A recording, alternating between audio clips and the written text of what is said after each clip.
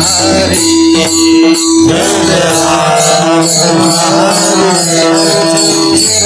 कृष्ण हरी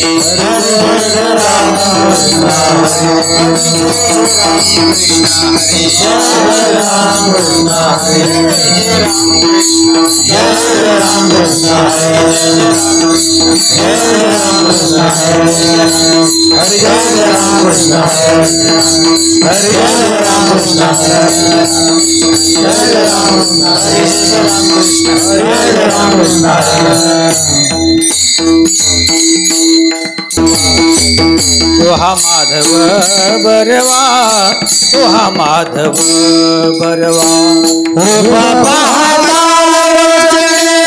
सर्व झाले हो झाले रूपा पाहता सुख झाले हो झाले तुहा विठ्ठल बरवा तुहा माधव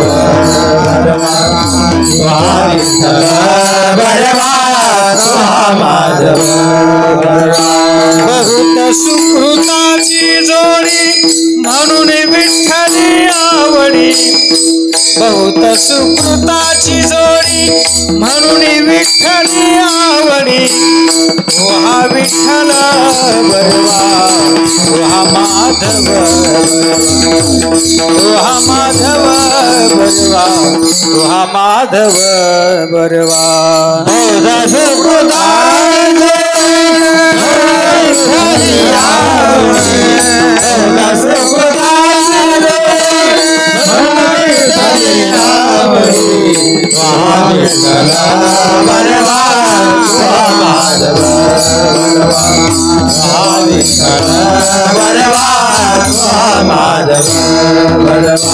सर्व सुखाचे आगर बाप रखुमा देवीवर सर्व सुखाचे आगर बाप रखुमा देवीवर तुहा विठ्ठल बरवा तुहा माधव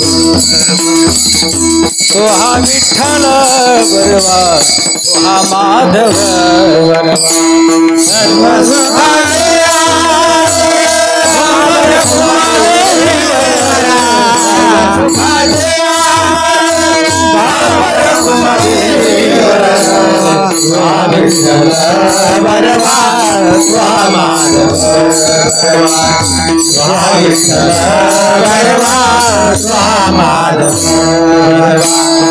जय जय राम कृष्ण हरि जय जय राम कृष्ण हरि जय राम कृष्ण हरि जय जय राम कृष्ण जय राम कृष्ण हरि जय जय राम कृष्ण हरि जय जय राम कृष्ण हरि जय जय राम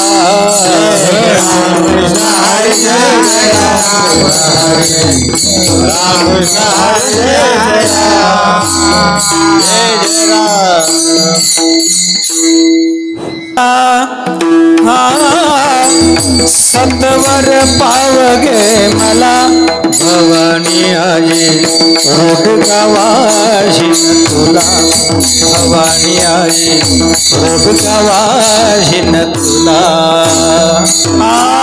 सत्वर पावगे मला सत्वर पावगे मला भवानी आई रोड गावाशी तुला भवानी आई सासरा माझा गावी गेला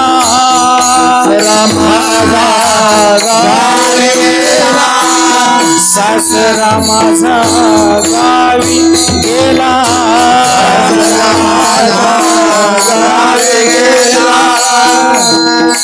तिकडच खपवी त्याला तिकडच खपवी त्याला त्याला त्याला त्याला रोड गावाशीन तुला भवानी आई रोड गावाशीन तुला त्याला सत्वर पावगे मला भवानी आई गुणगावायन तुला भवानी आई गुणगावायन तुला सासू माझी जाच करीते तू माझी लवकरी निर्दळी तिला लवकरी निर्दळी तिला तिला तिला रोग गवाही तुला भवानी आई रोग गवाही तुला मला सर्वर मला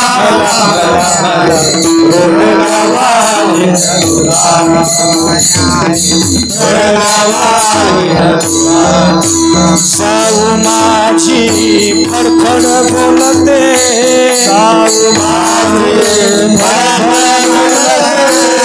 साऊ माझी फडफड फडफड फडफड बोलते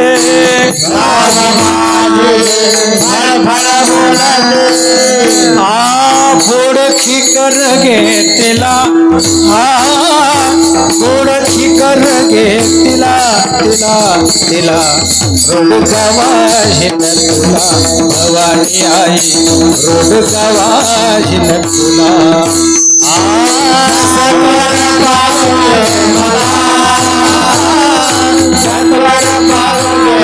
भवानी आई गुणगावायन तुला भवानी आई गुणगावायन तुला अंगच कारट किरकिर करत अंदाज कारट किरकिर करत खरूच होऊ दे त्याला खरूच होऊ दे त्याला त्याला त्याला रोग गवाहीन तुला भवानी आई रोग गवाहीन तुला मला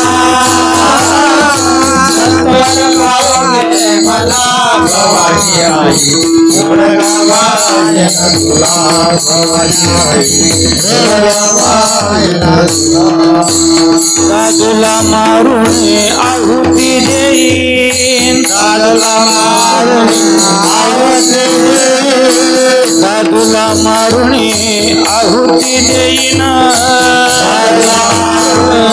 आहुती देईन मोकळीच कर गे मला मला मोकळीच कर गे मला मला मला रोग गवाहीन तुला भवानी आई रोग गवाहीन तुला सत्वर पावले मला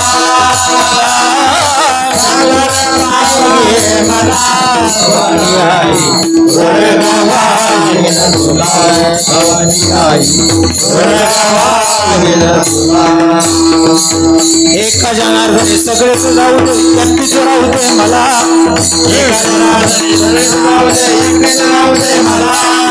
एका जनार्दनी सगळेच मरू दे एकटीच राहू दे मला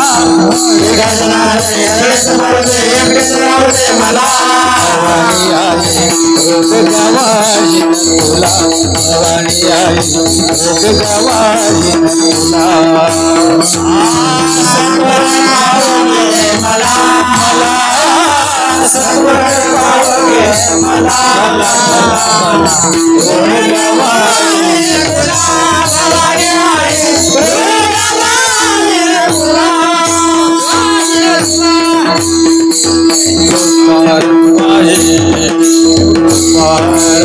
पाओगे मला सत्वर पाओगे मला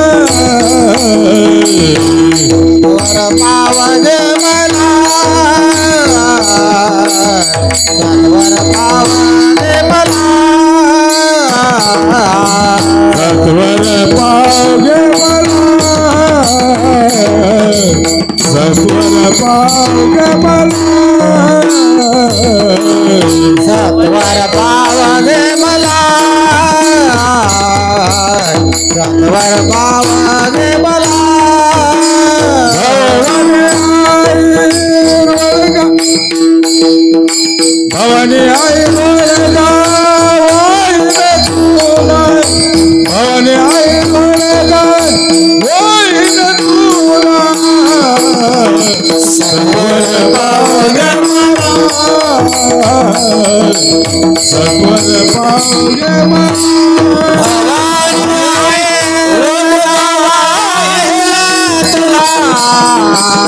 सत्वर पावगे मला पावगे मला सत्वर पावगे मला सत्वर पावगे मला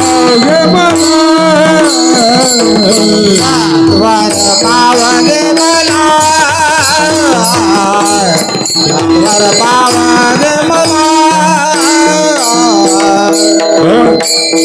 सत्वर पावगे मला भवानी आहे वाहेला तुझला भवानी आहे रोडला वाहेला तुझला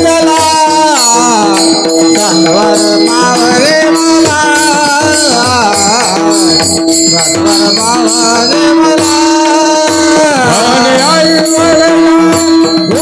पावगे मला भवानी आई वरगा वाहिन तुझला वाहिन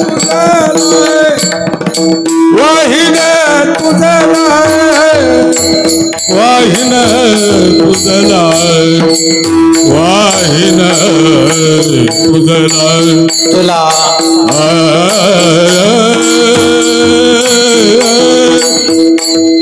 वाहिन तुझला तुला तुला वाहिन तुझला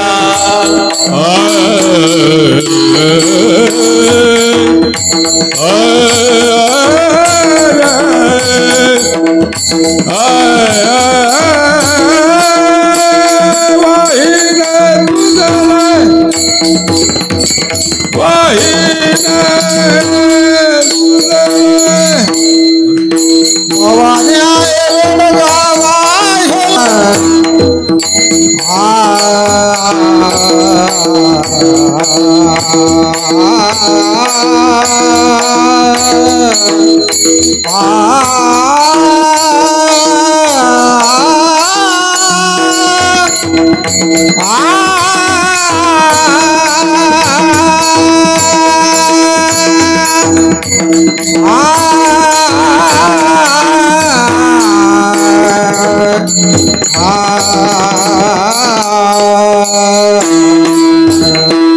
भवानी आहे रोडगा वाहेला तुझला भवानी आहे रोडगा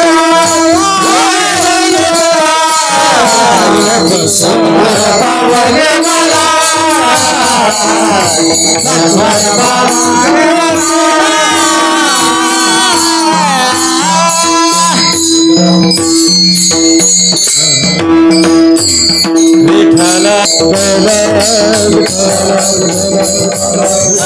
सत्वर पावगे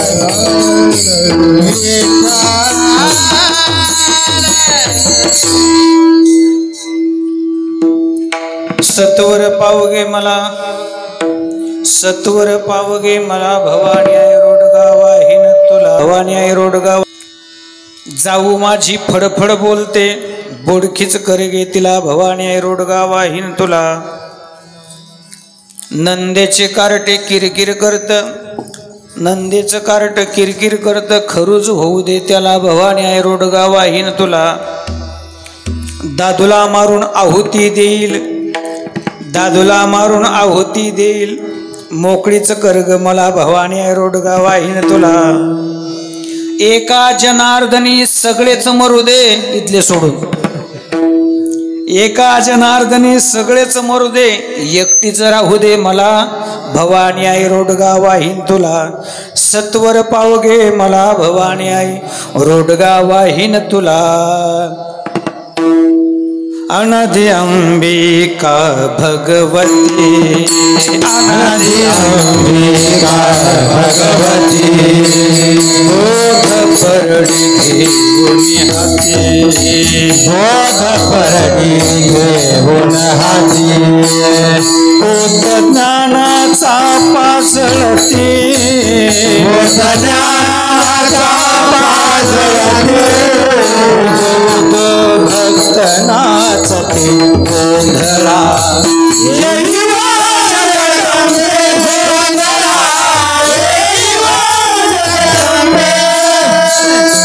मूळ पीठ तू अंगे मूळ पीठ तू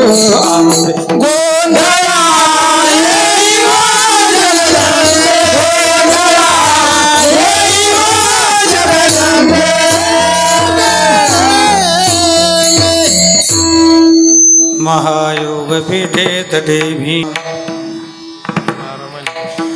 वरं पुण्डरीकाय दातुं मुनीन्द्र समागत्य तिष्ठन्तमानन्दकन्दं परब्रह्मलिङ्गं भजे पाण्डुरङ्गं कलावज्ञे जीवोद्धरार्थावतारं कलाङ्काङ्कतेजोऽधिकामोऽधिवक्त्रं खलाणीशवादापनोदार्हदक्षं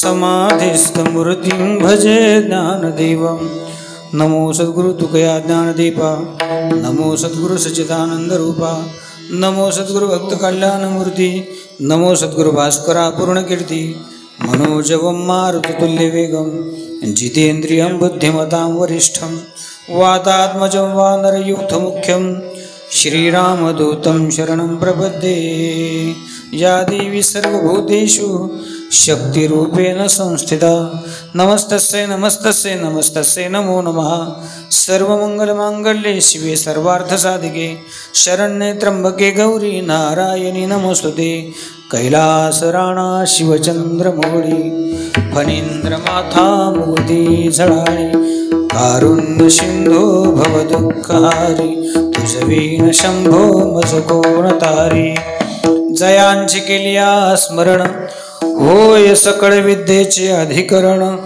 तेच वंदो श्री चरण श्री गुरूंचे ते नमस्कारुणे आता सत्वर पावगे मला भवानी आई रोडगा वाहीन तुला प्रस्तुत प्राप्त प्रसंगी कीर्तन रूपी सेवेसाठी निवडलेला अभंग महान भगवत भक्त शांतीब्रह्म एकनाथ महाराज यांचा भारूड प्रकरणातील रोडगा या सदरातील हा अभंग आहे. भगवती मातेचा शारदीय नवरात्र महोत्सव आणि या नवरात्र महोत्सवाच्या निमित्तानं संपन्न होत असणारा अखंड हरिनाम सप्ताह या ठिकाणी विठ्ठल रुक्मिणी सह सर्व संत मेळा मंदिर वर्धापन दिन सोहळ्याच्या निमित्तानं आणि त्यातली त्यात शारदीय नवरात्र महोत्सवाचा देखील एक 5 दिवसाचा कालावधी याच्यामध्ये येतो. म्हणजे हा दुग्ध शर्करा योग आहे. दोन्हीचं औचित्य साधून संपन्न होत असणारा हा अखंड हरिनाम सप्ताह तथा पंचम वेद मानणारा आपण जगद्गुरु तुकोबऱ्यांच्या गाथ्याचं पारायण भगवान परमात्म्याच्या असीम कृपेने थोर साधू संतांच्या आशीर्वादाने स्वयंभू असणारा पारेश्वर भगवंताच्या कृपा आशीर्वादाने त्याचप्रमाणे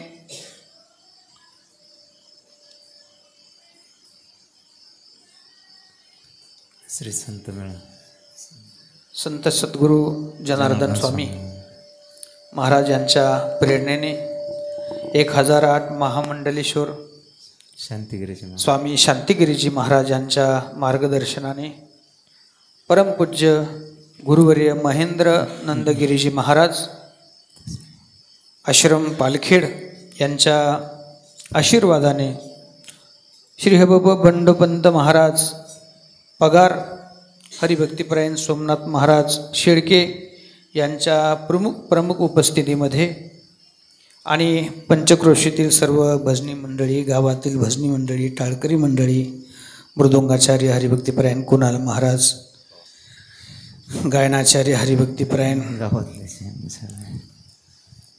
सर्वच गुणीजन मंडळी.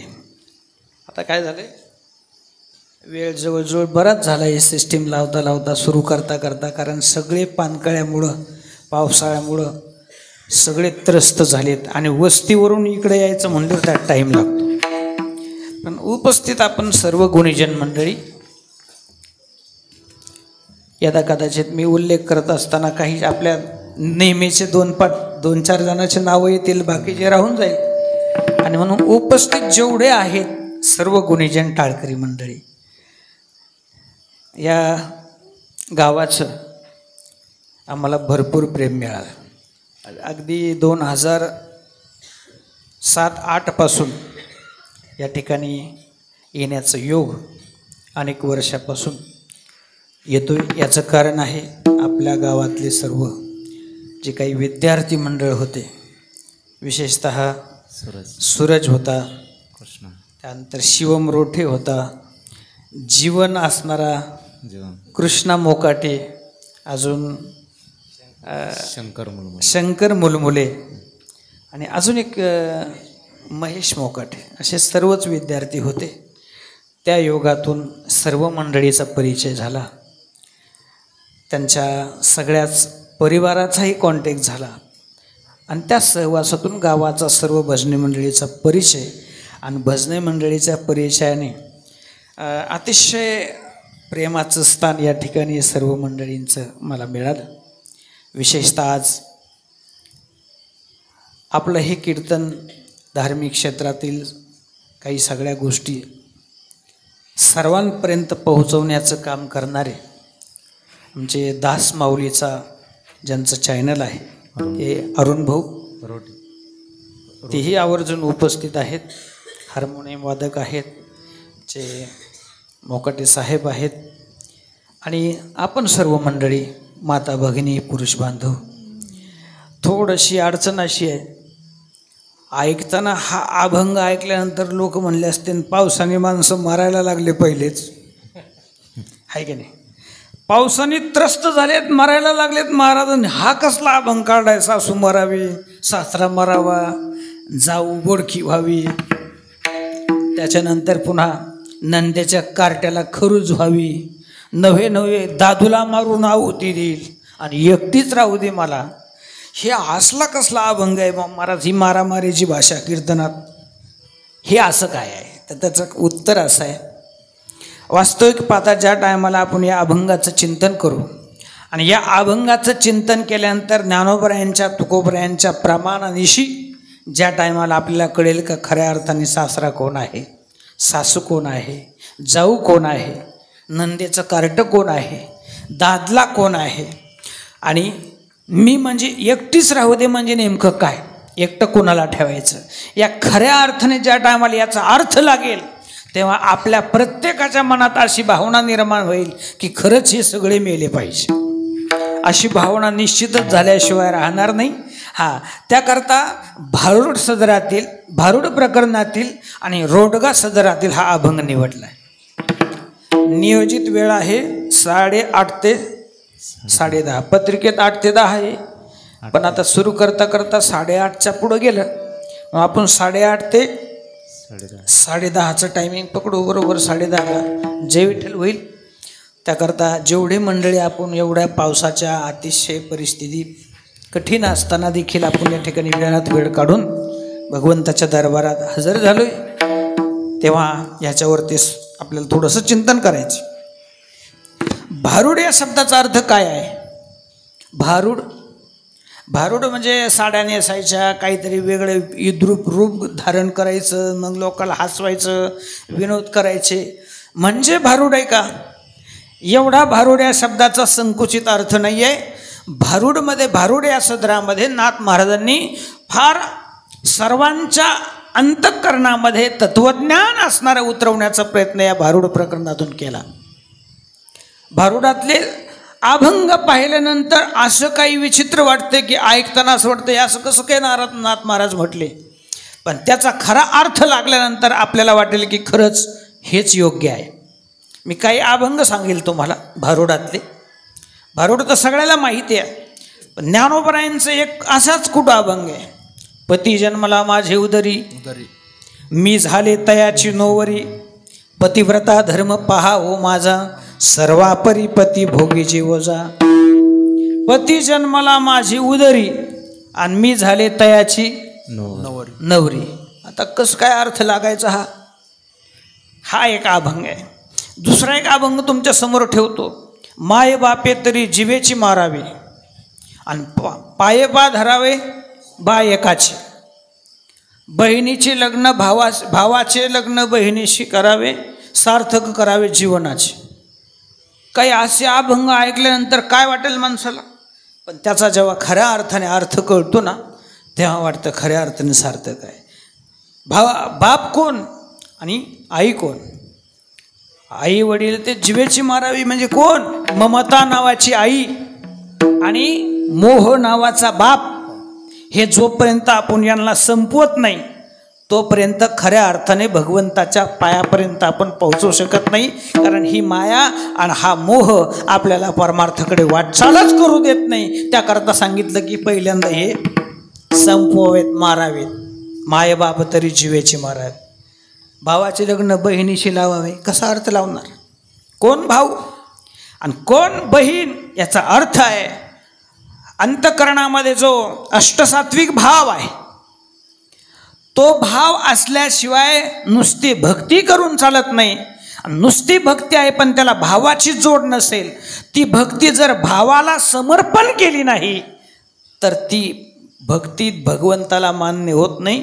कारण भावे विन भक्ती आणि भक्ती विन मुक्ती, बळे विन शक्ती बोलू नये. त्याकरता अष्टसात्विक भावाला समर्पण भक्ती झाल्याशिवाय आपल्या जीवनाचं सार्थक होत नाही. म्हणून अशा अर्थाने तसं ज्ञानोबराय म्हणतात पती जन्मला माझे उदरी आणि मी झाले तयाची नवरी.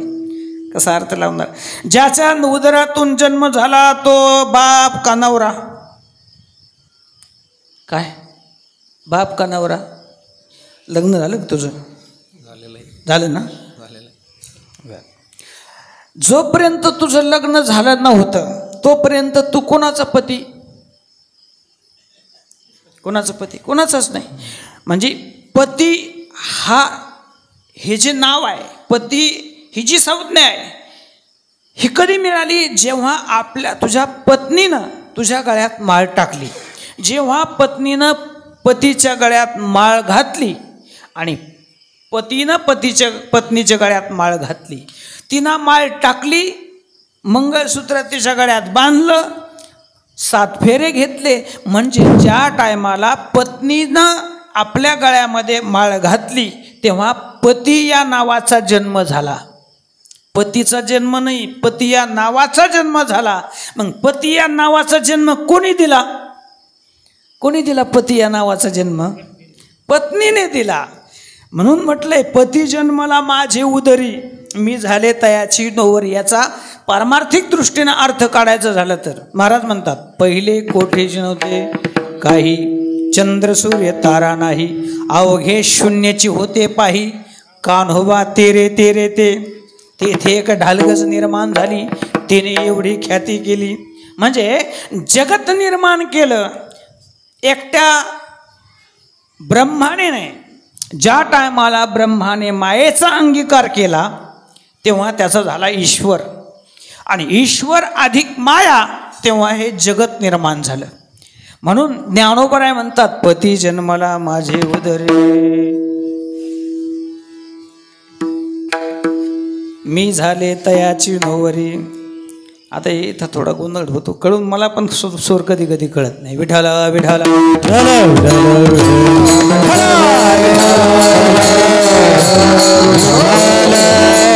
तसं भारूड या शब्दाचा अर्थ करत असताना जे भावावर आरूढ करतं, काय भारूड म्हणजे काय? जे भावावरती आरूढ करतं त्याचं नाव भारूड. विठ्ठल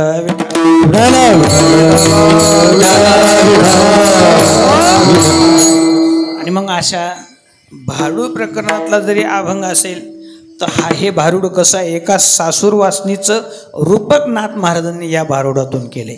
सासूरवासनीचं रूपक आहे. आणि तुम्हाला 2 शब्द सर्वांच्या जवळजवळ प्रचलित आहेत, चांगले ओळखीचे आहेत. सासर आणि माहेर हे शब्द माहिती आहेत का तुम्हाला? विशेषतः महिला मंडळीला प्रश्न सगळ्याला माहिती आहे. सासर आणि माहेर. सासर आणि माहेर कशाला म्हणतात? जे नवऱ्याच्या घरी आपण राहतो ते माहेर, असंच ना? नवऱ्याच्या घरी राहतो ते सासर आणि आई वडिलांचं घर असतं ते माहेर. त्याच्यापेक्षा जगद्गुरु तुकोबरायांच्या प्रमाणातून सांगायचं झालं तर जगद्गुरु तुकोबराय नाट प्रकरणात सांगतात वावरी इच्छा वसे घरी आपुले सत्तेचे माहेरी करवी तैसे आपण करी भीड न धरी चुकल्याची. या अभंगाची सुरुवात आहे. आता पावेन सकळ सुखे खादले कदा ते न देखे अवघे सारिले पारिखे सकळ देखे माहेर जवळी विठ्ठल रखुमाई बहीण बंधू बापा आई सकळ गोताचीच साई पारिखे काही आयशेनी निजे. या अभंगामध्ये महाराज म्हणतात की माहेर कशाला म्हणायचं? जिथं खायचं स्वातंत्र्य आहे, जिथं फिरण्याचं स्वातंत्र्य आहे आणि जिथं काही एखादी चूक झाली तर चुकलं तरी भीती वाटत नाही, त्याचं नाव माहेर आहे. अजून सोप्या भाषेत सांगायचं म्हणजे माहेर आणि सासर याची थोडक्यात व्याख्या, जे स्वातंत्र्य आहे, ज्याच्यामध्ये स्वातंत्र्य आहे ते माहेर, आणि जिथं परतंत्रता आहे, जिथं पारतंत्र्य आहे ते सासर. इथं पोर आहे का कोणी शाळेत जाणारे? आहे ना तो? हां, कितवीला आहे रे बाळ तू? 5वीला, बरोबर आहे. किती वाजता शाळा भरते? शाळा किती वाजता भरते? 9 वाजता.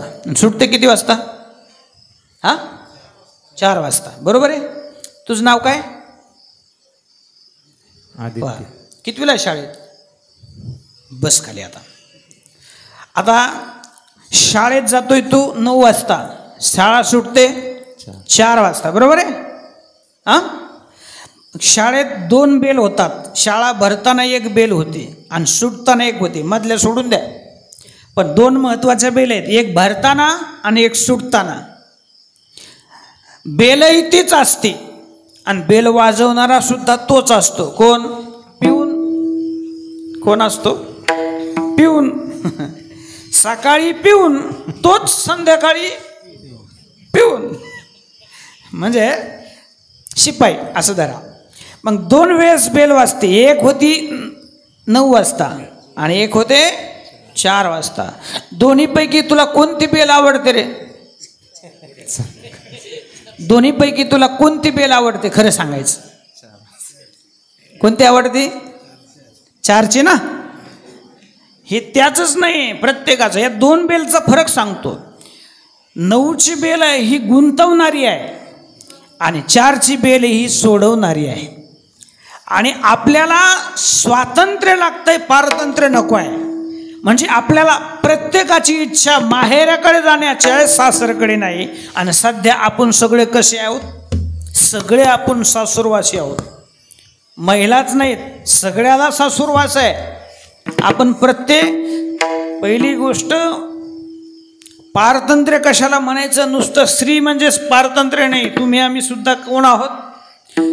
भक्तिशास्त्राचं चिंतन केलं तर तुम्ही आम्ही सुद्धा सगळ्या स्त्रियाच आहोत. दाढी मिशा असले तरी सुद्धा आपण कोण आहोत? स्त्रियाच आहोत. का? कारण स्त्री आणि पुरुष या दोन्हीची जर व्याख्या करायची झाली तर मी एक 2-3 मुद्दे सांगतो. जो स्वतंत्र असतो तो पुरुष आणि जी परतंत्र असते ती स्त्री. जो निष्काम असतो तो पुरुष आणि जी सकाम असते ती स्त्री. जो पूर्ण असतो तो पुरुष आणि जी अपूर्ण असते ती स्त्री. आता या तिन्हीत आपण कुठं बसतो बघा? पूर्ण आहेत का अपूर्ण आहेत? सकाम आहोत का निष्काम आहोत?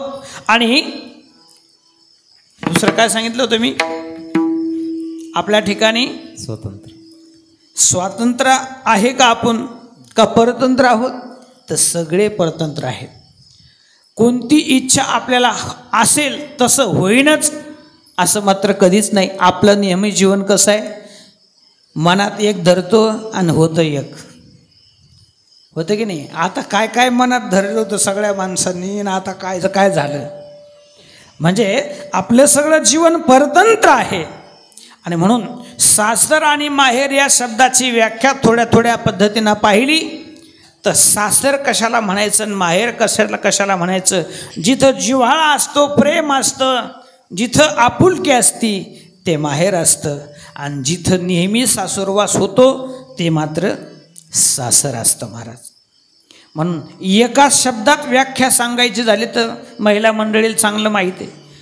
मुलाचं लग्न आणि मुलीचं लग्न अगदी महिन्यात झालं होतं आणि सुनबाई आणि मुलगा निघाले मोटरसायकलवर बाहेर. आता ती पंजाबी ड्रेस घालून निघाल्यानंतर लगेच सासूनं पाहिलं म्हण शेजारच्या गंगूबाईला आवाज दिला, गंगूबाई ऐकलं का, बघितलं का, बघितलं का? म्हणले काय झालं, काय झालं, दिसत नाही का? पहा ना घोडमी आमची ती सून अवदासा, काय काय शब्द आहेत तुम्हाला माहिती सगळे. आणि असे शब्द उच्चारून म्हणले अजून महिना झाला नाही लग्नाला आणि निघाली तर निघाली पंजाबी ड्रेस घालून निघाली. म्हटले हिला काही अक्कल आहे का? तिला कोणी आहे का, सासरा सासू कोणी आहे का? विचारली नाही, चालली तोंड घेऊन तशीच, जे नाही ते बोलणं. आता ती गेली आणि 5-10 मिनटं झाले नाही तर योगायोगाने तिची मुलगी जावई आले. लगेच कॅसेट बदलली. गंगूबाई बघा ना कसा लक्ष्मी नारायणाचा जोडा आलाय. ती पण पंजाबी ड्रेसवरच आली, मुलगी पण जावयाला घेऊन, पण तरी कॅसेट बदलली. म्हटली बघा ना कसा लक्ष्मीनारायणाचा जोडा आहे. म्हणजे हिची मुलगी ती लक्ष्मी आणि सून ती अवदासा. हा फरक कशाचा आहे? हा फरक आहे सासरचा आणि माहेरचा. विठ्ठल विठ्ठल.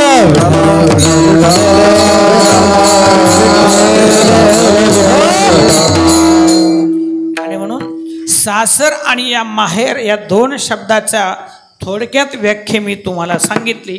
माणसाचं प्रत्येकाचं जीवन हे सासुरवासात आहे.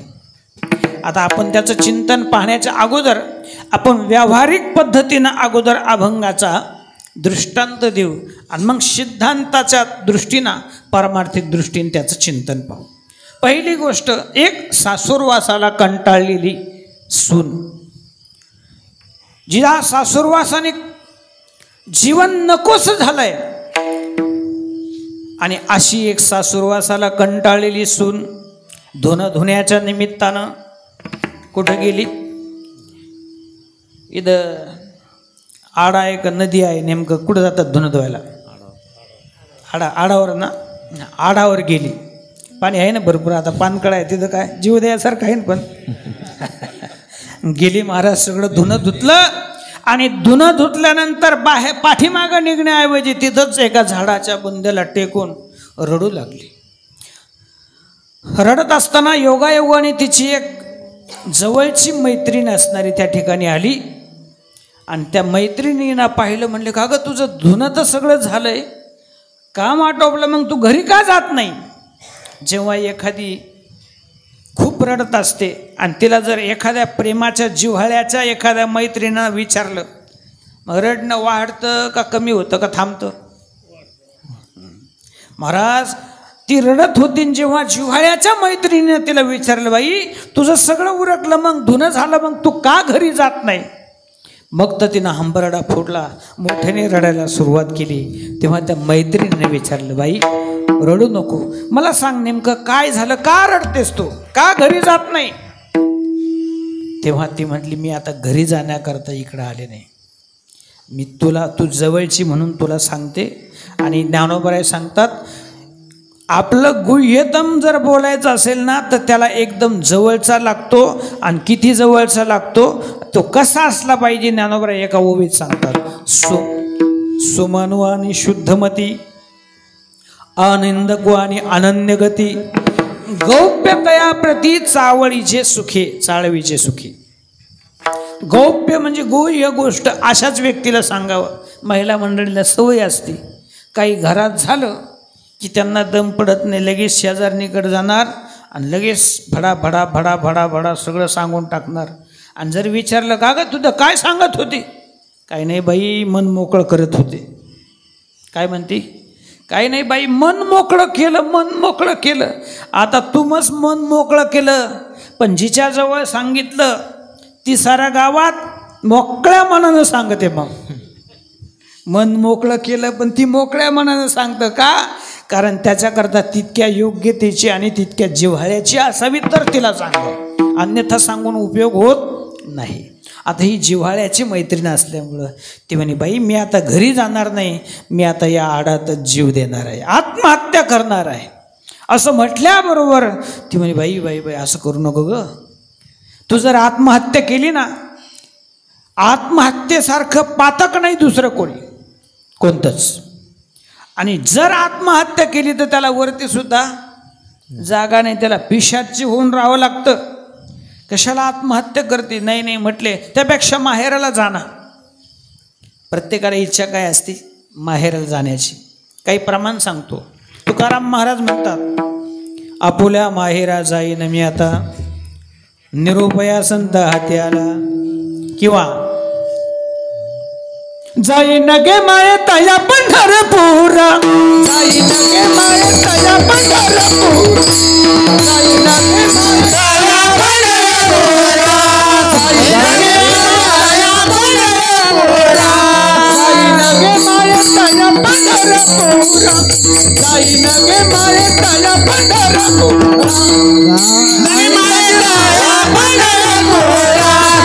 जाईन गे माये तया पंढरपूर. माहेरा पुलिया, माहेरा पुलिया, जाईन गे माये तया पंढरपूर, जाईन गे माये तया पंढरपूर, जाईन गे माये तया पंढरपूर, जाईन गे माये तया पंढरपूर.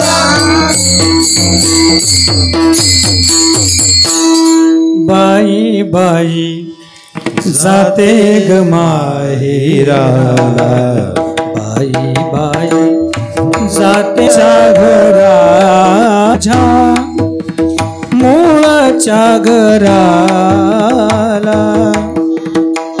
जाते ग माहेराला, बाई बाई जाते ग माहेराला, बाई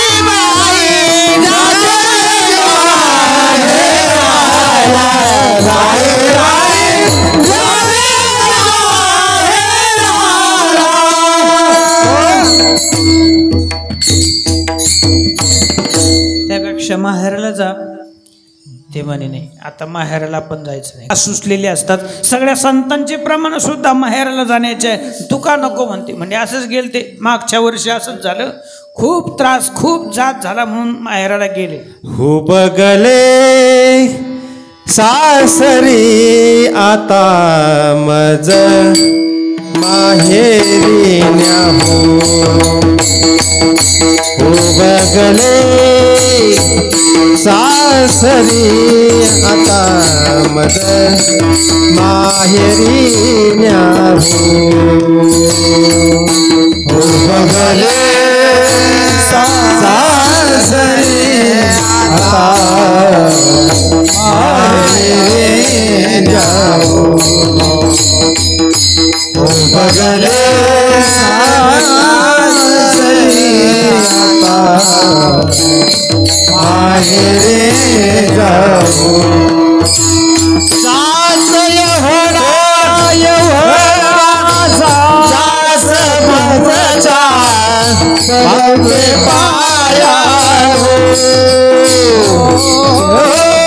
एवढा एवढा सास तुला पडते पाया हो,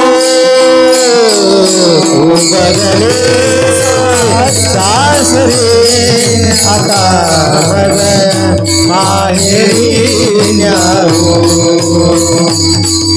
बगले सासरे आता माहेरी न्याहो, बगले सासरे आता माहेरी न्याहो, बगले सासरे आता माहेरी न्याहो. साधू महाराजांनी छान प्रमाण दिले. उबगले सासरे आता मज माहेरासी न्याहो, म्हणजे माहेरला जा म्हणले नाही, मागच्या वेळेस गेले होते. महिनाभर कशी तरी राहिले, तिकडले 5 इकडले 5 जमले. आणि माझ्या आजीना एक शब्द वापरला, बाई सून एक तर नांदलेली कळाव, मुलगी एक तर नांदलेली कळाव, नाहीतर आहे ना शब्द, मेलेली कळाव. त्यापेक्षा जायचंच नाही, मी आता इथंच माझा जीव देणार आहे, आत्महत्या करणार आहे. असं म्हटल्यानंतर ती म्हणे, बाई आत्महत्या कशाला कर, तू कशाला मरती, तू मरण्यापेक्षा जे तुला त्रास देते त्यांनाच टाकणं मारून.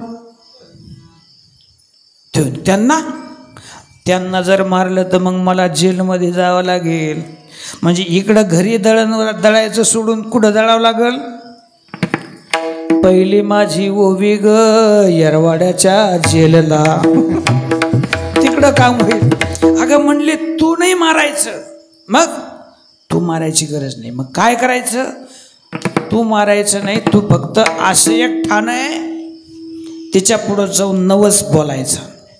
आणि नवस बोलली त्या नवसातच सगळे जातील म्हणले मरून, तुझं सगळंच काही काम होऊन जाईल. म्हटले असं कोणतं ठाण आहे, चल म्हटले असंच ठाण आहे अंबाबाईचं, भगवती मातेचं.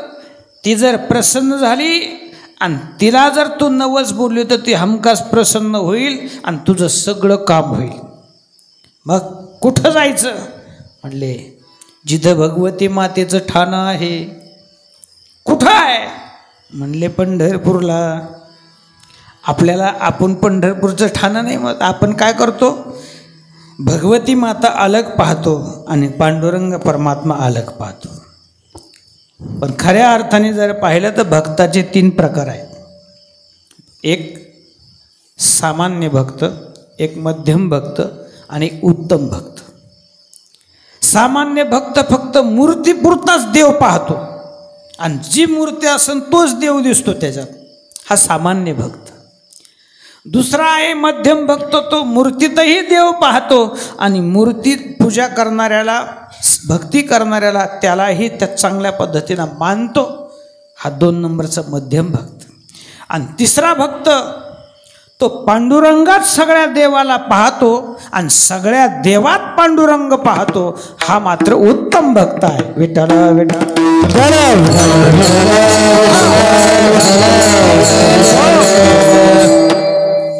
आमचे संत महात्म्यांनी पांडुरंगात सर्व देवाला पाहिलं आणि सर्व देवामध्ये पांडुरंगाला पाहिलं, याला म्हणायचं उत्तम भक्त. जे असणारे खऱ्या अर्थाने ज्ञानी भक्त आहेत ते भगवती मातेमध्ये आणि भगवंतात फरक नाही मानत. का फरक मानत नाही, त्याचं कारण आहे, एकाच शरीराचे 2 भाग, डावा अंग आणि उजवा अंग वेगवेगळे आहेत का एक आहेत. उजवे वाम भाग तुका म्हणे एकच अंग. राधा आणि कृष्ण हे वेगवेगळे नाही बरं. नाही तर आत्ताच्या लोकांना हे सांगण्याची गरज आहे. काही आत्ताचे तरुण पिढी म्हणतात राधा आणि कृष्ण म्हणलं का ते काय म्हणतात, प्रिय कर प्रियशी. बावळटपणाचा धंदा आहे. वृंदावनात जाऊन पहा, तिथली भक्ती पहा, मग लक्षात येईल राधा आणि कृष्ण म्हणजे एकच शरीराचे 2 भाग. म्हणजे भगवान कृष्ण परमात्मा आणि राधा भिन्न नाही, एकच आहे. तसं भगवती माता आणि पांडुरंग परमात्मा हे पण भिन्न नाही. कारण तुम्हाला एखादा प्रश्न विचारला, कोणाला महाराज तुमचं नाव काय म्हणले, तुमच्या वडिलाचं नाव काय, तुमच्या आईचं नाव काय, तुमच्या बहिणीचं नाव काय, तुमच्या भावाचं नाव काय, तुम्ही सगळं सांगणार. मला विचारलं तर मी सांगणार तेच. अरुण भाऊला सांगितलं, विचारलं तर त्यांना तेच सांगणार. मला विचारलं म्हणले महाराज तुमचं नाव काय म्हणले गहिनीनाथ, वडिलाचं नाव रामराव, आईचं नाव सरस्वती, बहिणीचं नाव म्हणले द्रौपदी, सावित्रा, पार्वती, भावाचं नाव काय पंढरीनाथ, चुलत्याचं नाव काय लक्ष्मण. पण हेच प्रश्न जर तुकोबारायला विचारलं, महाराज तुमच्या वडिलाचं नाव काय, तुमच्या आईचं नाव काय, तुमच्या भावाचं नाव काय, तुमच्या बहिणीचं नाव काय, तुमच्या सर्व हे जर विचारलं तर महाराज एका वाक्यात उत्तर देताल, विठ्ठल बाप माय चुलता, विठ्ठल भगिनी आणि भ्राता, विठ्ठले विन चाड नाही गोता, तुका म्हणे आता नाही दुसरे, कारण हे उत्तम भक्ताचं लक्षण आहे. म्हणून जिथं जिथं भगवती मातेचे जेवढे काही अभंग आहेत, शुक्रवारचे अभंग पहा आणि मंगळवारचे अभंग पहा, त्याच्यामध्ये कोणाचं वर्णन आहे? लाहो लागला लागला लागला आंबेचा, लागला लागला लागला आंबेचा, लाहो लागला लागला लागला आंबेचा, लागला लागला लागला आंबेचा, बाई आनंदेचा, बाई आनंदेचा, लागला लागला लाहो लागला लागला लागला आंबेचा, लाहो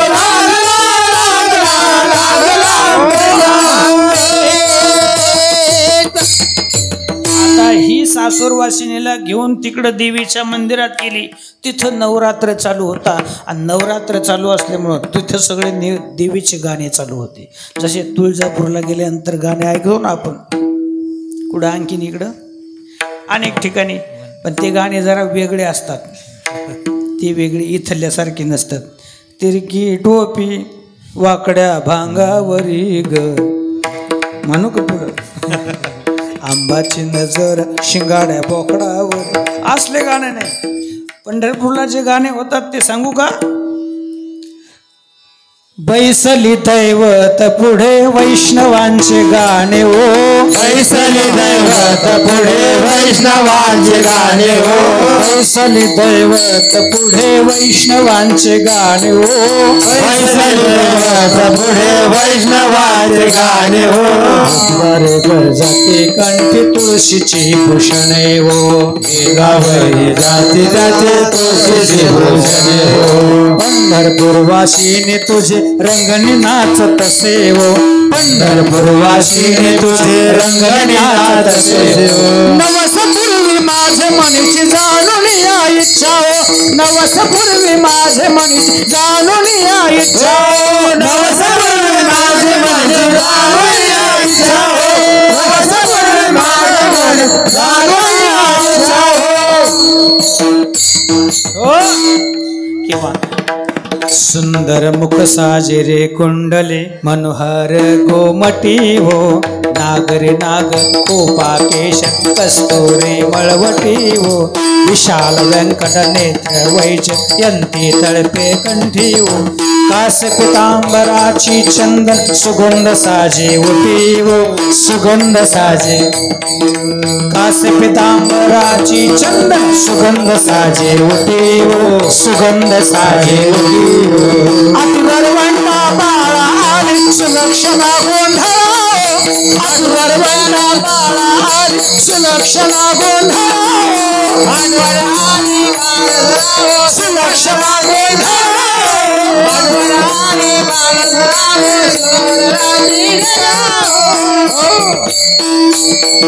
हो.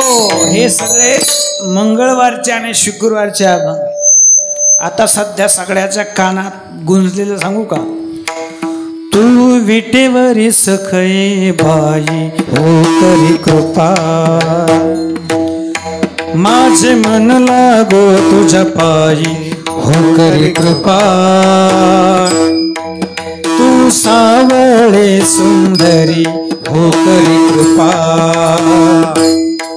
लावण मनोहारी हो करी कृपा, निज भक्ता करुणा करे हो करी कृपा, पंढरपुरी राहिली पंढरपुरी राहिली डोळा पाहिली संती देखिली वरुणी विठाई वरुणी विठाई, सच्चिदानंद अंबाबाई हो करी कृपा, करी कृपा ओझ करी सोपा यमुनी लवलाई यमुनी लवलाई, सच्चिदानंद अंबाबाई हो करी कृपा, सच्चिदानंद अंबाबाई हो करी कृपा.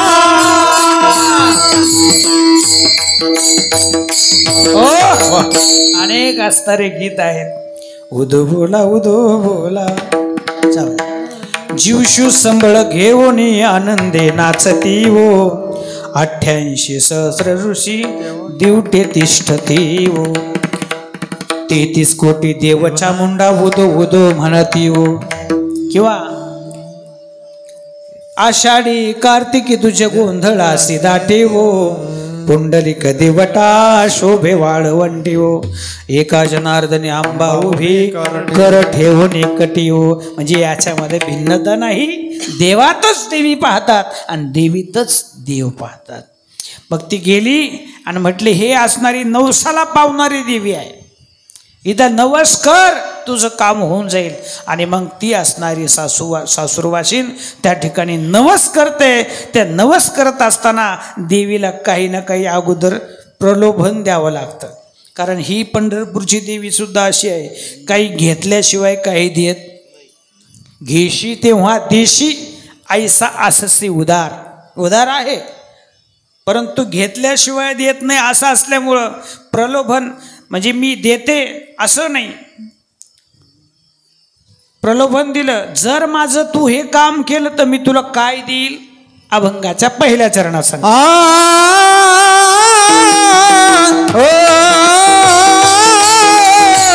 सत्वर पावगे मला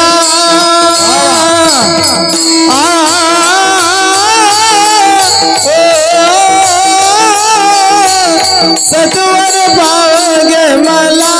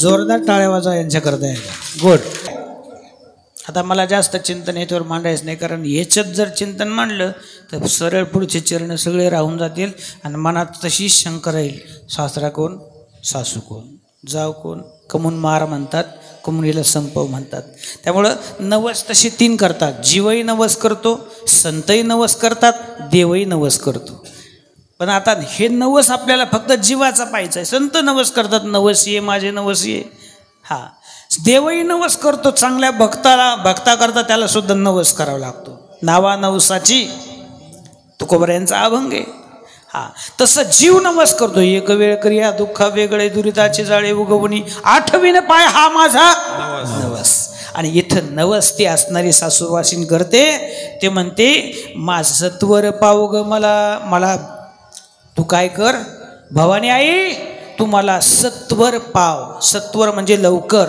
आणि पाव म्हणजे वडापावातला पाव नाही बरं का नाही तर तुमच्या डोक्यात येईन तो पाव हा पाव म्हणजे मला प्रसन्न हो लवकरात लवकर प्रसन्न हो मग म्हणले प्रसन्न होईल मी पण त्याच्याकरता तुम्हाला काय देशील तर त्याचं उत्तरार्धात सांगितलं म्हणले भवानी आई रोडगा वाहीन तुला रोडगा मी तुला वाहील पण त्याकरता मला तू काय कर सत्वर पाव आता रोडगा कसा आहे तर रोडग्याची रेसिपी सांगू का तुम्हाला रोडग्याची रेसिपी आता हल्ली रेसिपीवरच सगळे चाललं आहे बरं का मोबाईलला पाहायचं यूट्यूबला खाली त्याच्यात कोणतं बॉक्स असतो तो डिस्क्रिप्शन बॉक्स आणि त्याच्यात मग ते बघायचं आणि ते रेसिपी पाहूनच सगळं करतात आत्ताच्या तसं त्याची रेसिपी जर सांगायची रोडगा 2-3 प्रकारचा आहे एक असणारा मिठाचा रोडगा केलेला असतो खारा एक असणारा तिखट रोडगा केलेला असतो, म्हणजे नुसता बाजरीचा असतो आणि त्याच्यावरती भरीत असतं. ज्याला आपण खंडेरायाला वाहण्याकरता कोणता रोडगा करतो? वर्णन केले, आत्मनिवेदन भरित रोडगा निवतील हारोहारी, एका जनार्दने धन्य खंडेराव त्यावरी कुंचा वारी. तिथं तो भरीत रोडगा असतो. पण देवीला रोडगा करतात ना, तो गोड असतो. कसा असतो तो? गोड असतो. त्याची रेसिपी जर पाहिजे तर 2 वाट्या म्हणा, 1 वाटी म्हणा गव्हाचं पीठ घ्यायचं. त्याच्याबरोबर 1 वाटी जर गव्हाचं पीठ घेतलं तर अर्धी वाटी डाळीचं पीठ. 2 वाट्या जर गव्हाचं पीठ घेतलं तर 1 वाटी डाळीचं पीठ. 2 वस्तू झाल्या. तिसरी वस्तू त्याच्याकरता पुन्हा 1 वाटीभर गूळ, गव्हाचं पीठ आणि डाळीचं पीठ हे सगळं दुधामध्ये काय करायचं, ते सगळं मिक्स करायचं आणि त्याचा काय निबर असा उंडा बनवायचा. आणि उंडा बनल्यानंतर तो असा जाड थापायचा, कारण रोडगा हा जाड असतो, असा बारीक नसतो. रोडगा म्हणजे माझ्याकडेच नका भाऊ, असे बरेच रोडगे आहेत माझ्यासारखे. रोडगा कसा असतो? रोडगा जाड करावा लागतो आणि मग तो रोडगा तव्यावरती टाकायचा. त्याच्याकरता अगोदर तूप टाकायचं साईडनं, त्याच्यावरती तो रोडगा खरपूस भाजायचा. म्हणजे रोडग्याकरता किती वस्तू लागतात? पदार्थ 5. तसा हा शरीररूपी रोडगा, देहरूपी रोडगा हा सुद्धा पंचतत्वांनी बनलेला आहे. पृथ्वी, आप, तेज, वायू आणि आकाश, पंचभूताचा गोंधळ केला एके ठाई. जसा गोळा करतात ना ते 5 एकत्र करून, तसा याचा सुद्धा काय केला? पंचभूताचा गोंधळ केला एके ठाई मेळ. मग हा असणारा पंचतत्वापासून बनलेला असणारा देह, हा देह रोडगा म्हणून मी तुला वाहील, असं पारमार्थिक चिंतनाच्या दृष्टीनं तो रोडगा जशी सासूरवासीन देवी पुढं वाहते, तसा आध्यात्मिक चिंतनाच्या दृष्टीने याचा जर विचार केला तर हा देहच परमात्म्याच्या चरणी वाहीचा आहे. देह समर्पी जय देवा,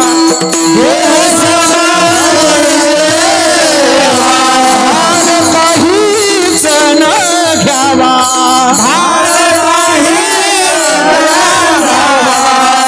होईल आघवा तुका म्हणे आनंद, होईल आघवा तुका म्हणे आनंद, होईल आघवा तुका म्हणे आनंद, होईल आघवा तुका म्हणे आनंद. हो, अशा प्रकाराने हा रोडगाच म्हणजे देह भगवंताला समर्पित करणं म्हणजे रोडगा वाहील तुला. मग आता बाकीचे चरण मला असं वाटतं आपण सरळ सांगितले तरी चालेल का? घ्यायचे काही प्रमाण सुरुवातीला 1-2 ठीक आहे, 1-2 घेऊ, आहे का नाही? म्हणणारे आहेत 2 जण अजून, एकाला एक प्रमाण कमीत कमी म्हणता आलं पाहिजे. पण मग अर्ध्या तासात आपल्याला हे चिंतन करायचं. 10:30ला आपल्याला बरोबर संपवायचं आहे, 10 वाजलेत. तर जशी ती सासूरवासाला कंटाळली, तसा आपण देखील सासूरवासाला कंटाळलोय. कोणत्या? आपल्याला जे सासूरवास आहे तो विकाराचा सासूरवास आहे. विकार आहे की नाही सासूरवास बाबा? जरी आपल्याला मस्त आपण कीर्तनात आल्यानंतर ठरवतो की मांडी मोडायची नाही, पण गुडघ्याचा सासूरवास असतो. तो म्हणतो उचाल उचाल उचाल, तो म्हणतो महाराज ना पुढं आढाव महाराज, ते असू दे उचल उचल. आणि मग नाविलाज होतो, शेवटी गुडघ्याचा सासूरवास झाल्यावर माणूस सहज उचलतो, आहे का नाही? तर पालापाचोळ्याला काही किंमत असते का? आपण वळ्या गंजा लावतो, त्याचा पालापाचोळा पडतो, त्याला काही किंमत?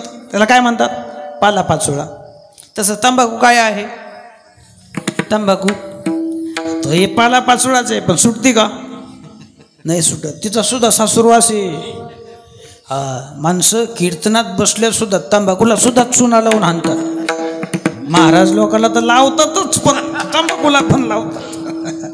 काही काही कळून देत नाही. इकडे असं खाली काम चालू असतं, वर म्हणतात वा मस्त मस्त, असं करता करता एकदम करतात ना, असं सर टाक वा, म्हणजे कळू देत नाही.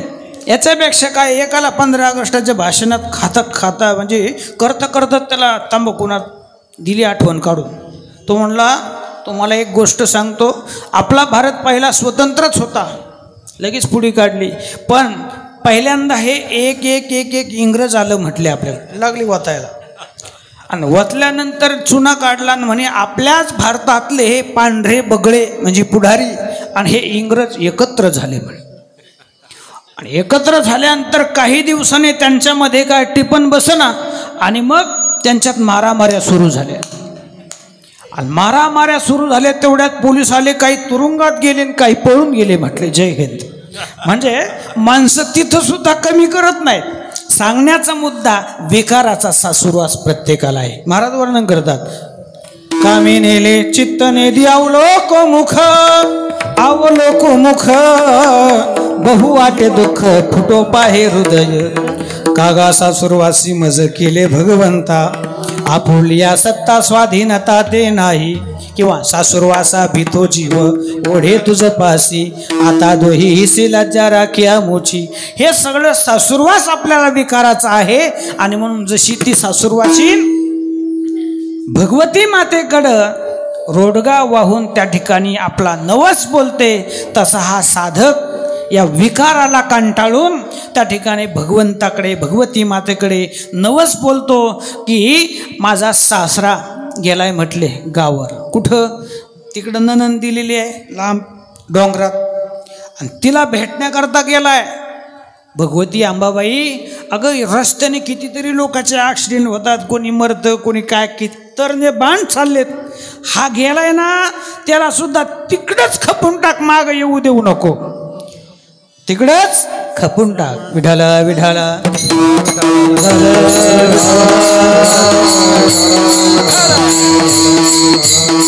सासरा माझा गावी गेला, सासरा माझा गावी गेला, सासरा माझा गावी गेला, सासरा माझा गावी गेला, तिकडच खपवी त्याला, तिकडच खपवी त्याला, भवानी आई रोडगा वाहीन तुला, भवानी आई रोडगा वाहीन तुला,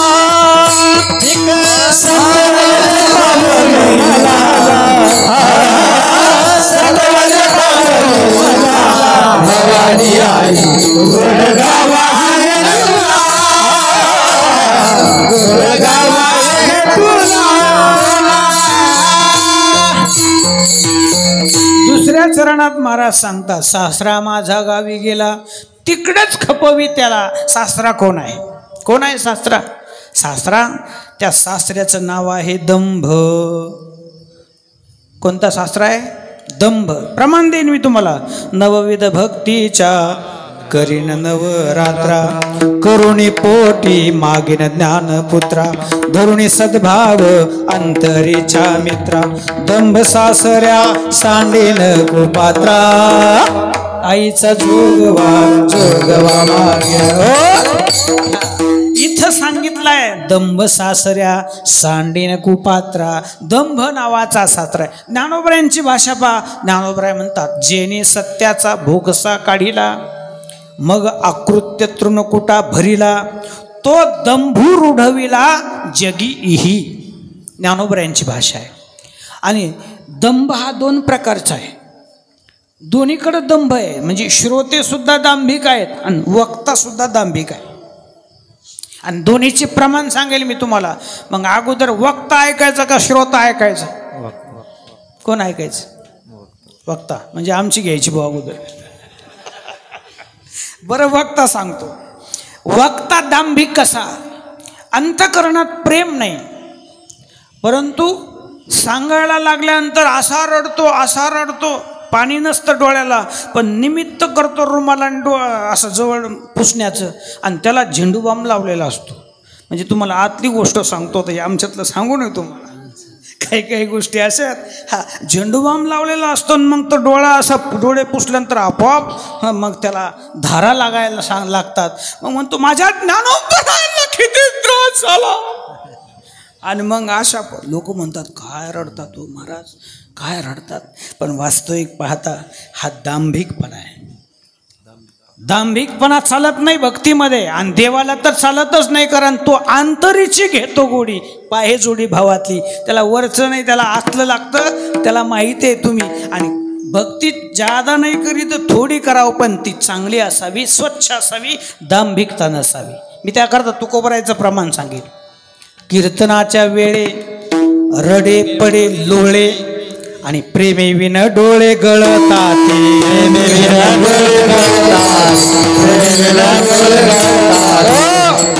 हा झाला दांभिक वक्ता. आता दांभिक श्रोता सांगू का नको? जाऊ दे, कशाला सांगायचं? सांगू का? सांगतो का सोडतो? सांगायलाच पाहिजे. दांभिक श्रोता कशाला म्हणायचं? पुराणिक बाबा पुराण सांगत होते, म्हणजे कथा चालू होती, आणि एक शेतकरी येऊन बसला पाठीमागून.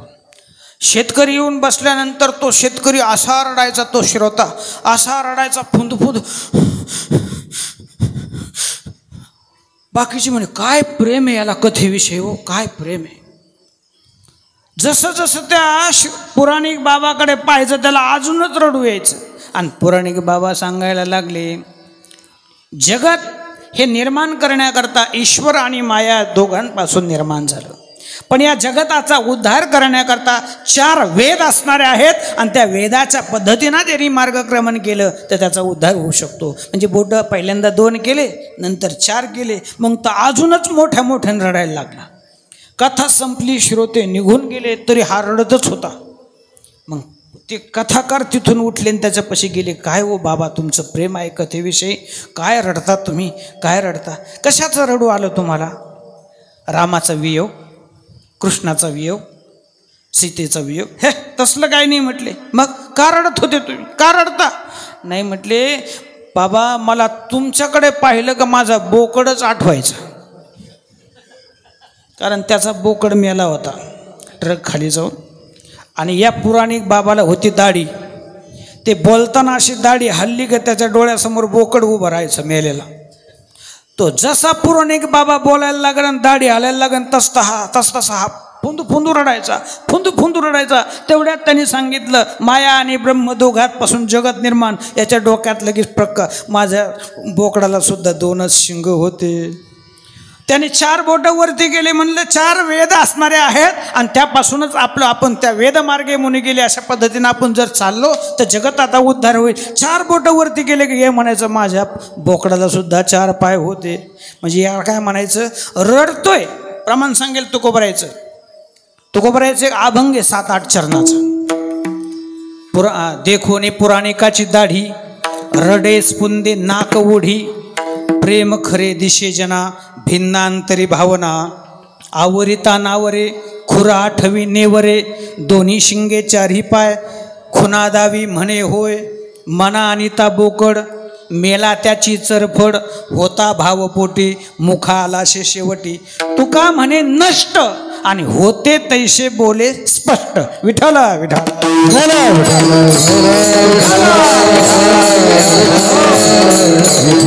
दांभिक श्रोता आहे.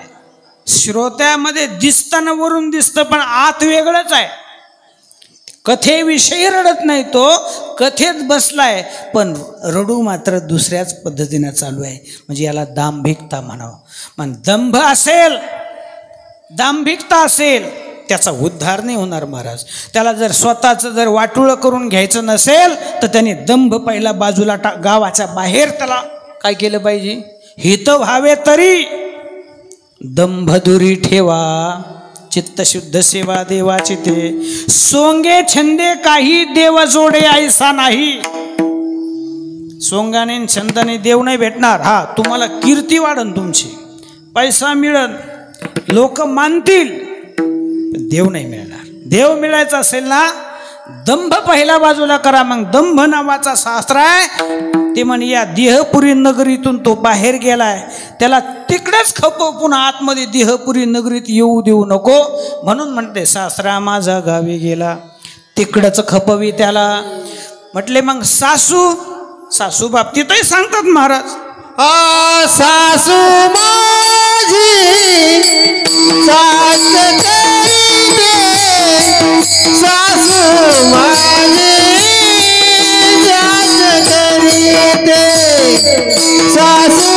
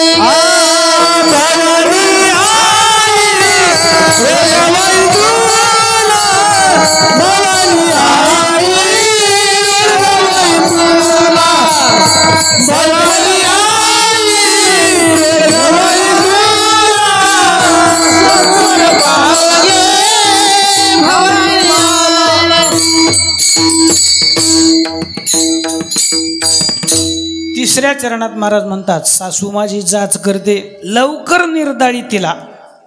ही सासू कोण आहे? सासू सांगतो हा. कल्पनेची सासू हिचा बहुताची जाचू देहभाव ठेवणी पायी ब्रह्मपदी नाचू. चला बाई वृंदावनी रास क्रीडा पाहू. चला बाई वृंदावनी चला चला चला चला चला बाई वृंदावनी रास क्रीडा पाहू. रास क्रीडा पाहू. नंदाचा बाळ येण गेला मला. नंदाचा बाळ येण गेला मला. नंदाचा बाळ येण गेला मला. नंदाचा बाळ येण गेला मला. हो, कल्पनेची सासू हिचा बहुतची जाचू. कल्पना नावाची सासू आहे आणि फारच जाच करते हो. कल्पना काय म्हणतात? कल्पना कशाला म्हणतात सांगू का? नाही त्याचा हव्यास करायला लावते ती कल्पना. नाही त्याचा छंद लावते त्याचं नाव कल्पना. नाही त्याचंच काय करते? ध्यास. उदाहरणार्थ सांगू, धान्याचं त्याचं काय झालं? खळ झालं आणि घरी पोते आणून टाकले. आता पूर्वीचं लय भारी होतं, आता कळून येत नाही काही. पहिलं धान्य त्याचं खळ झालं कसं ओळखायचं? कारण गाडी बैल आणली का पहिले त्या गाडी बैलाचं पूजन, मालकाचं पूजन, मग त्या राशीचं पूजन, मग ते एक दोन जोडीदार बोलवायचे महाराज पाठीवरती सगळे पोते टाकून द्यायचे. ते पहिले पोते. आता गोणीसुद्धा एकट्याला उचलत नाही, बायकोला म्हणतं उचलून दे ग एवढी, धरभर थोडा आधार दे बरं. गोणी. कारण तुकाराम महाराजांनी प्रमाण दिलंय, तुमचेने गोणी नुचलवे ना. खेळी कशात? बाळक्रीडा प्रकरणात म्हटले तुमचेने गोणी नुचलवे. सुरुवात काय? देवे स्वकरेम उचललेली, देवे उचललेली स्वकरे मेदिनी तुमचेने गोणी नुचलवे. तुकाराम महाराजाला माहिती असेल पुढं चालून यांना पोते सोडा, गोणीच उचलणार नाही तर पोते काय उचलणार आहे. हा, आणि मग ते खळं झालेलं गंध लावलेलं दिसला का कळायचं. विचारलं किती झाले हो, किती झाले पोते, गहू किती झाले? तो म्हणला काय नाही झाले 50 पोते. काय चेहरा पाय झाले 50 पोते झाले. 50 पोते झाले आणि तुमचा चेहरा असा पडलेला म्हणले, आणि स्वर पण बदललेला, ट्युनिंगच बदलली, झाले 50 पोते. याचा अर्थ तुम्ही नाराज काय? 50 होऊन नाराज नाही. नाही म्हटले महाराज काय जाऊ द्या सोडून. नाही नाही, ज्या अर्थी तुम्ही असं ट्युनिंगमध्ये बोलताय झाले 50, याचा अर्थ काय भानगडे? काय नाही म्हटले, मनात 60 धरले होते. काय म्हणले? मनात 60 धरले होते. झाले किती? आता कीर्तन नीट आहे का? झालेले किती? 50. आणि न झालेले किती? 10. आणि झालेल्या 50 पोत्याचं सुख न झालेल्या 10 पोत्यांनी मातीत घातलं. म्हणजे झालेलं सुख झालेलं दुःख देत नाही, न झालेलं दुःख देत आहे. आणि न झालेलं दुःख देतं त्याला म्हणावं कल्पना. विठ्ठल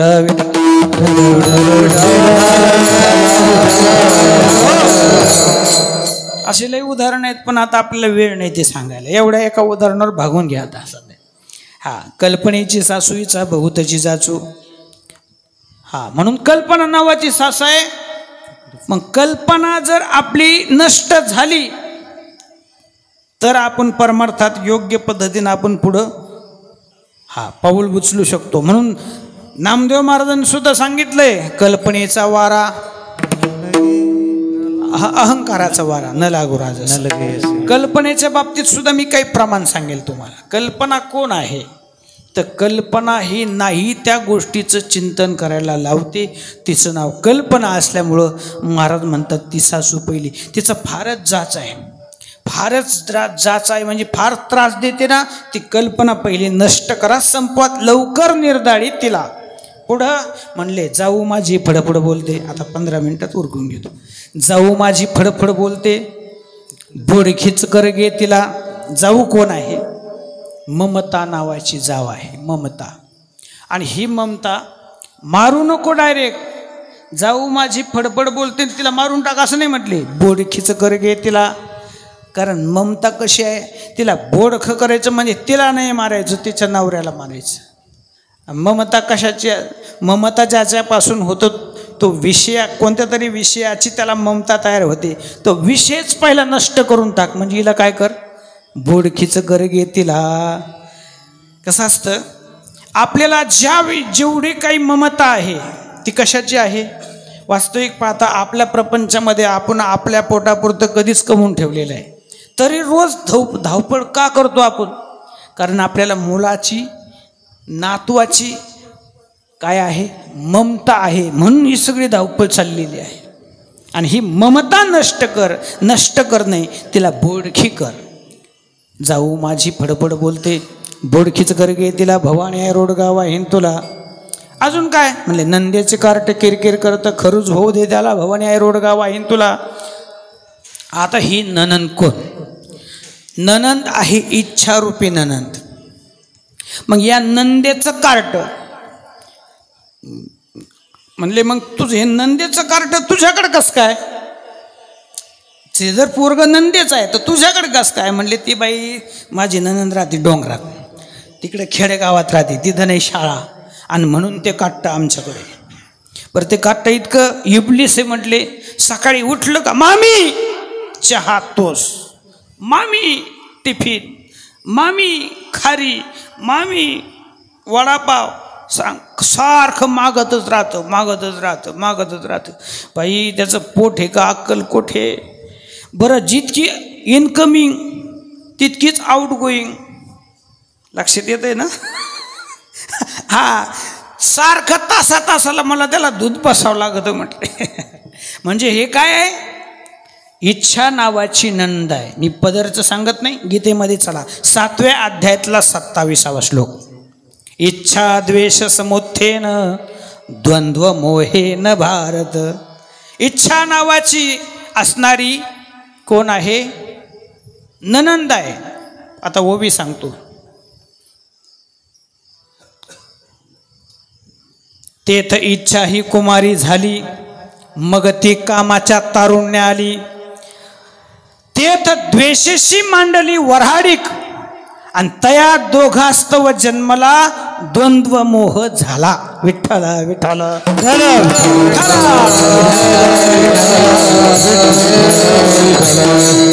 म्हणजे कोणापासून जन्मला? हा इच्छा. आणि इच्छेचा नवरा कोण? द्वेष. इच्छा द्वेष समुत्थेन द्वंद्व मोहेन भारत. ज्ञानोबरायांनी काय गोड चिंतन म्हणलं. ज्ञानोबराय म्हणतात, मग ते इच्छा ही कुमारी झाली, तारुण्यात आली म्हटले, आणि मग तिचं लग्न कोणाशी लावलं? द्वेषाबरोबर लावलं. तेथ द्वेषेशी मांडली वऱ्हाडिक, तया दोघास्तव जन्मला, आणि ऐसा द्वंद्व मोह झाला. हे असणारा मोह नावाचा मुलगा म्हणजे नंदेचं हे कार्ट. आणि याला काय होऊ दे? खरूज होऊ दे त्याला. बरं खरूजच का होऊ दे? खरूज कशी आहे थोडक्यात सांगतो. खरूज हा एक काय आहे? रोग आहे, त्वचा रोग आहे, आणि तो गप्प बसू देत नाही, भयान आहे. त्याच्याकरता उदाहरण सांगतो. एक राजा होता, त्याला 3 पोरं होते, पण 3 अशी होते. एक होतं शेंबडं, एक होतं खरजुलं, एकाच्या डोक्यात होते वा. एकाच्या डोक्यात अहो सोयरिकेत 22, 25, पार 27, 28 वय होऊन गेले, पण लग्नच व्हायना ना. राजा म्हणला, प्रधानजी अहो आपलं एवढं राज्य, एवढं नाव, एवढं प्रतिष्ठान, आपल्या मुलाचे लग्न होऊन दे, किती मोठं दूषण आहे. प्रधान म्हणला, यांचे लग्न कधीच झाले असते, पण हे तुमचे पोरं धड नाही म्हणले. एक आहे शेंबडं, एक आहे खरजुलं, आणि एक आहे डोक्यात वा. ते नुसतं पाहुणे आले का खाजीत राहतं. एक नुसतं असं खाजीत राहतं, एक नुसतं शेंबूड भूषित. सकाळी पांढरा शर्ट, शुभ्र शर्ट घातला, संध्याकाळपर्यंत हिरवागार होतो. आणि कसे लग्न व्हायचे? ते म्हणजे लांबची सोयरी काना, यांना सारा काय करतो म्हटले, मी तासात घेतो. राजाने सांगितलं, खबरदार आता उद्या पाहुणे येणार आहे, जर का तुम्ही वावाल्याला सांगितलं, जर का डोक्यात हात घातला, शिपायाला सांगितलं वर हात उचलला का तालवरच टाकायची यांच्या. शेंबड्याला सांगितलं, ए शेंबड्या, तू जर शेंबूड पुसायला नाकाकडे हात गेला तालवरच टाकायची.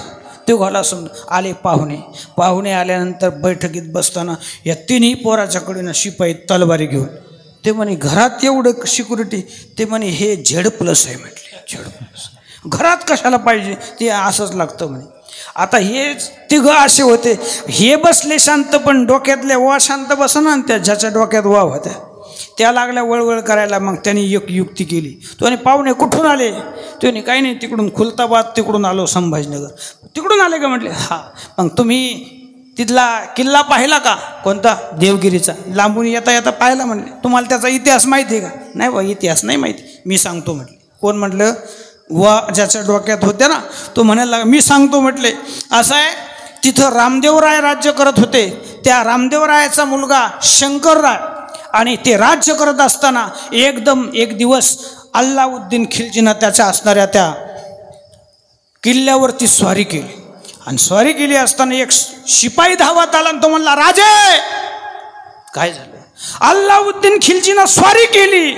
मग त्याने काय केलं? राजाने आपला मुकुट काढला आणि विचार करायला लागला. विचार करायला लागला. त्यानंतर असं डोकं खाजवायला लागल्यानंतर शेंबडं म्हणलं याने घेतलं रव याचं भागून. तेवढ्यात तो शेंबडा पुढं आला. तो म्हणला दादा तू थांब म्हणले, तुला नाही पुढचा इतिहास माहिती, मी सांगतो. आणि मग तो सांगायला लागला पाहुणे ऐका म्हटले, अल्लाउद्दीन खिलजीनं स्वारी केल्यानंतर राजा असं डोकं खाजून विचार करत होता. तेवढ्यात तो म्हणला ही वेळ आता डोकं खाजवत बसायची, विचार करायची नाही. राजे आक्रमण म्हणा, आम्ही लगेच युद्धाला तयार आहोत. राजा म्हणला आक्रमण. मग तिकडून अल्लाउद्दीन खिलजीचं सैन्य खंदकाच्या पुढून, आणि इकडून असणारं कोणाचं? रामदेवरायचं सैन्य. आणि मग हे असे बाण काढायचे आणि असा मारायचे म्हटले. लक्षात आलं का? असा बाण काढायचे, असा मारायचे. तो काय करायचा? असा मारायचे म्हटले. खर्जूला म्हणलं येदी घेतलं गडे याचं भागून. तेवढ्यात तो पुढं आला. तो म्हणला थांब दादा तुला पुढचा इतिहास माहीत नाही, मी सांगतो म्हटले. आणि मग तो म्हणला ऐका पाहुणे, ज्या टायमाला अल्लाउद्दीन खिलजीचं सैन्य होतं ते जास्त संख्येने असल्यामुळं ते जड पडायला लागलं. त्याने खंदक असणारा ओलांडला, आणि मग तिकडून अल्लाउद्दीन खिलजीचं सैन्य आणि इकडून रामदेवरायचं सैन्य जेव्हा एक ठिकाणी आले, एकदम झंगडपकड झंगडपकड झंगडपकड झंगडपकड सुरू झाली म्हणे त्यांची. म्हणजे हे काय होती? खरूज. आणि त्याला काय होती? नंदेच्या पोराला खरूज होऊ दे त्याला.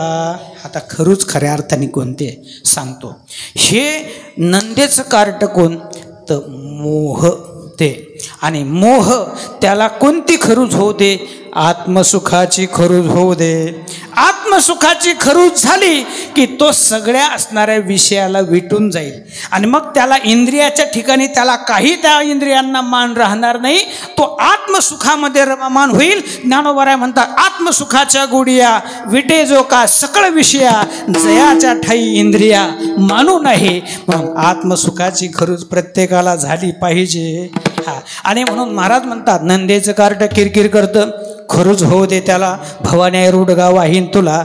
म्हटले भवानी नुसतं एवढ्या रोडग्याने भागत नसेल ना, तर नवमीच्या कुंडात माझ्या दादल्याची आहुती देईल. हा, दादूला मारून आहुती देईल. मोकळीचं कर ग मला, भवानी आई रोडगा वाहीन तुला. आता ते म्हणले हे बाकीचे ठीक होते, पण नवऱ्याला जी मारते तिला काय पतिव्रता म्हणावं का? खुशाल म्हणते दादूला मारून आहुती देईल. हा दादला कोण आहे? तर खसम अहंकार दादूला. अहंकार हाच कोण आहे? दादूला आहे, नवरा आहे. हा, तेथ आडवा वया आले, दोष वैरी धोपटिले, तया माझी पहिले देहंकार. आणि देहाचा अहंकार असला ना, तो अहंकार माणसाला कधीच भगवंताची प्राप्ती होऊ देत नाही. कारण अहंकाराने अभिमानाने नरक होतो, त्याचा उद्धार नाही होत. तुका म्हणे नरक घाली अभिमान, जरी होय ज्ञान गर्भ ताठा. म्हणून अहंकार हा नवरा आहे, दादला आहे, आणि मी त्याची सुद्धा कुंडात आहुती देऊन टाकीन, संपून टाकील. दादूला मारून आहुती देईल. मोकळीचं गर्ग मला, भवानी आहे रोडगा वाहीन तुला. आता एवढंच नाही, नाथ महाराज म्हणतात अजून एक मागते की हे सगळेच्या सगळे मरू दे आणि एकटीच राहू दे. एका जनार्दनी सगळेच मरू दे, एकटीच राहू दे मला, भवानी आई रोडगा वाहीन तुला. आता चाल मुद्दाम नाही घेतली, कारण 5-6 मिनटं राहिले, 2-3 मिनटं आहे गेले. आणि म्हणून एकदा भजन करू आणि 5 मिनिटात सेवा समाप्त करू. विठोबा रखुमाई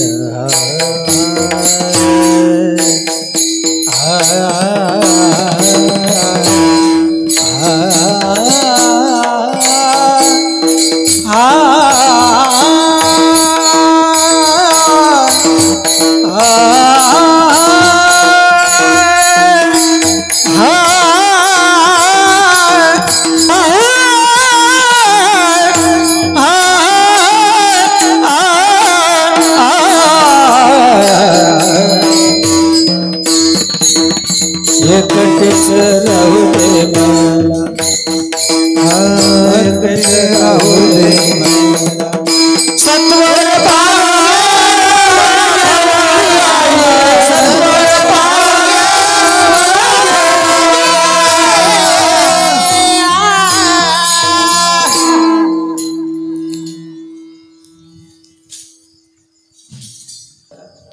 एका जनार्दनी सगळेच मरू दे, म्हणजे सगळेच विकार संपू दे आणि एकटीच राहू दे मला भवानी आई रोडगा वाहीन तुला.